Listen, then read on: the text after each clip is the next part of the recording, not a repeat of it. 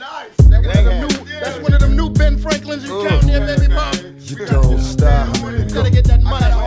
Don't stop. Oh man, this is how we do it. East, west. What up, people? So I got on here a couple days ago and was pretty much talking about the way to change and better ourselves and better our society is going to be through ourselves and through education and through bettering and positioning ourselves. Now, I just didn't want to say that and then not talk about some ways to actually do that, some things that I've done in my own personal life to help position myself better, especially during these times. And then for those of you who are watching that are Black, things that we don't necessarily learn or may not get from home growing up, depending on your personal background and your specific details. Not everybody fits in the same box, but anyway.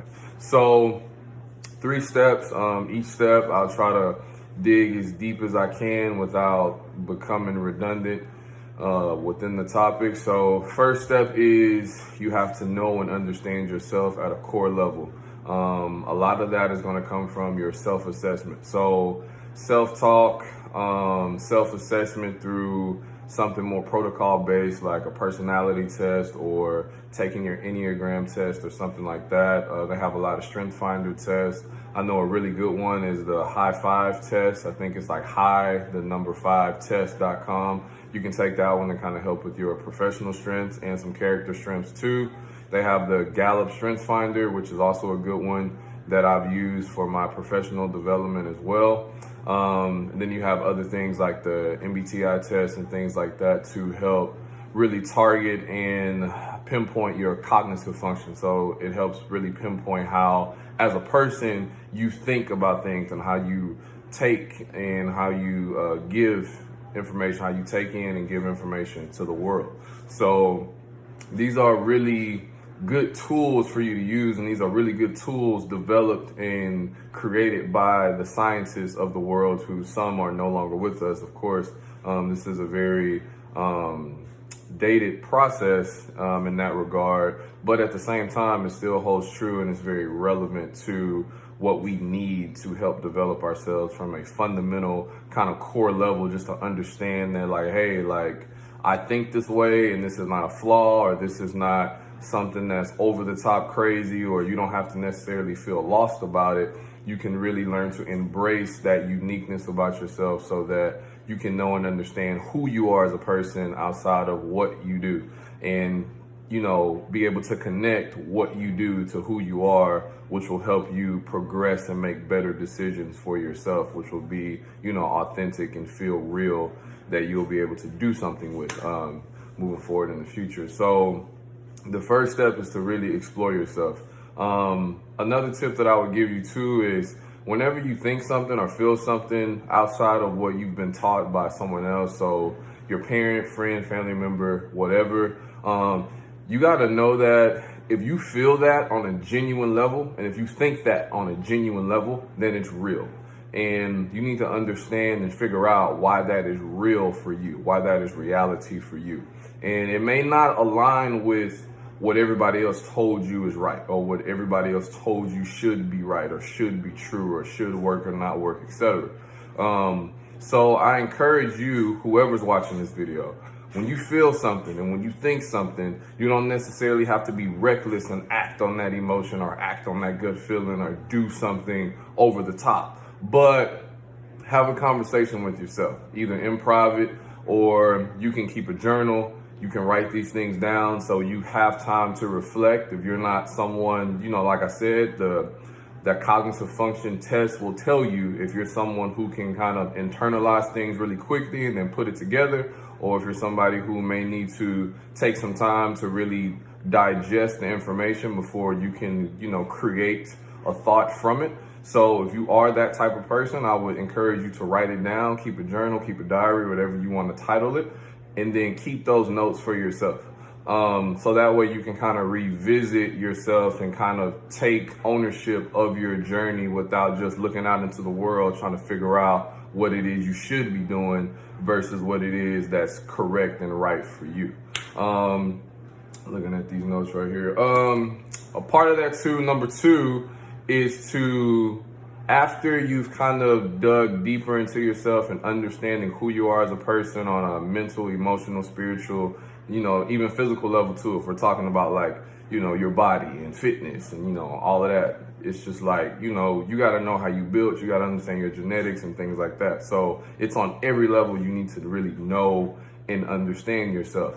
Number two is, once you've got a good grasp on this, and then once you've committed yourself to being yourself 100%, you have to really commit to the journey of yourself.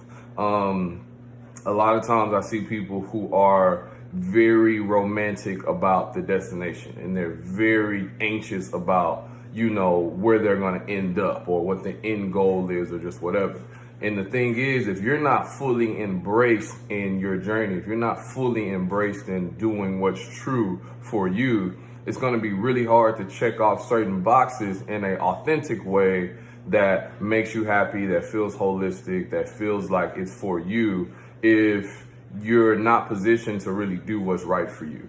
And that kind of goes back to step number one, to making sure that what you're doing is right for you. So fall in love with the journey, fall in love with the process. That doesn't mean work hard over smarter. That just means that you need to be more in tune with doing the right things for yourself versus checking off the boxes in society just to accomplish something. So if you're in a relationship, don't just be with that person or marry that person just because they're tall or they look nice or they have a good job or they have a good family, whatever. If y'all are not compatible and shit is not clicking, then they're not a good fit for you as a person, you know what I'm saying? As a human being, within your core values. And the same thing for employment, the same thing for your friends, the same thing for, the job that you might have. It may be a good job on paper, but every day, like, your stomach hurts going to the job. And that doesn't mean throw away the opportunity, or that doesn't mean burn a bridge. It just means that learn to be real with yourself every step of the way, and don't be afraid when things change, because a lot of things change, a lot of things stay the same, but you have to be you at the end of the day. All right. And number three is going to be to prioritize. So prioritize your schedule, prioritize your to-do list, prioritize your objectives, prioritize your friendships. Make sure the things that you're doing in a healthy way, and you're doing them with healthy people who have the same vision and who feel what you feel. A lot of times we like to, try to align ourselves with people who think how we think and who do what we do.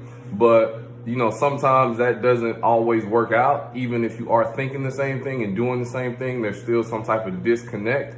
And the real true friendships and true relationships and true bonds in life come from the people who see what you see and feel what you feel. If y'all both look out into the world and one person sees grass and the other person sees turf, then y'all gonna have a real problem with how to take care of that land and that soil, because you see two different things and you feel two different things.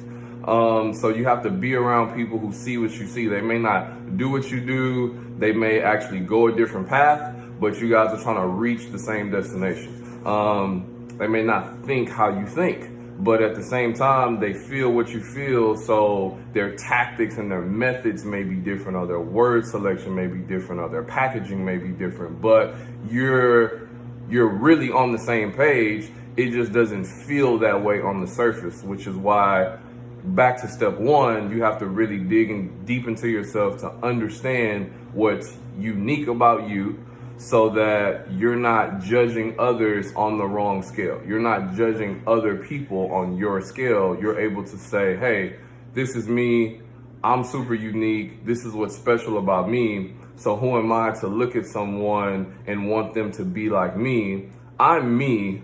So I need to look at them and really appreciate what's unique and special and different about them.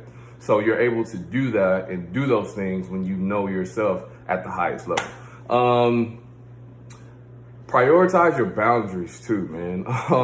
Just start to be brave enough to really take the chance on being truthful about what is true for you. It may be right or wrong in someone else's world, but if it's true for you, then it exists. You know, back to what I've been saying the whole damn video, it exists for you. So be real with that. Take care of each other, love each other, grow yourself, and let's make the change from within.